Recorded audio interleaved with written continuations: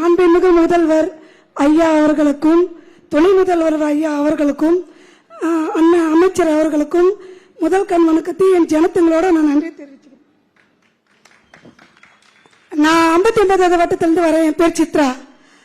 நான் 4 தலைமுறையா அந்த பிராட்வே பஸ் ஸ்டாண்ட்ல தான் இருக்கிறோம்.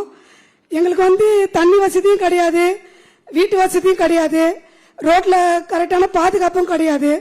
பொம்பளை பிள்ளைங்க வச்சிருக்கவங்க நிம்மதியா தூங்குனதும் கிடையாது. ஒரு நாள் கூட நாங்க நிம்மதியா தூங்கின நாள் கிடையாது.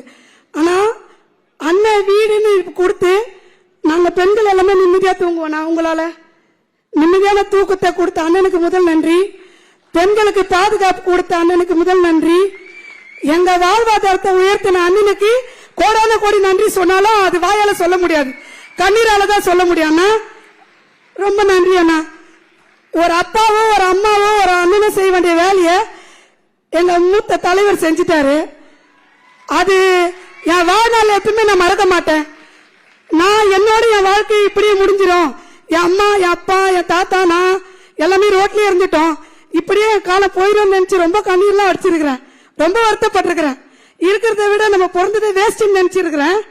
ஆனா இன்னைக்கு என் பிள்ளைங்களாம் இந்த வீட்டுல இருக்குதுன்னு நினைக்கும் போது சந்தோஷத்துக்கு அளவே இல்லை. அண்ணன் இன்னும் நிறைய செஞ்சிருக்காரு, அதை சொல்றதுக்கு டைம் இல்லை, இன்னும் நிறைய பேர் சொல்லணும். என் சந்தோஷத்துக்கு அளவு எப்படி காட்டணும்ன்றது அண்ணனுக்கு நம்ம வாயால விசுவாசத்தை காட்டக்கூடாது. அண்ணன் எப்பவுமே நம்ம கூட இருந்தாதான் நம்மளுக்கு எல்லா நல்லதுமே நடக்கும். அதை நீங்க நினைவுல வச்சு செஞ்சாலே போதும். வந்த எல்லாருக்கும் ரொம்ப நன்றி. நான் நன்றி அண்ணா.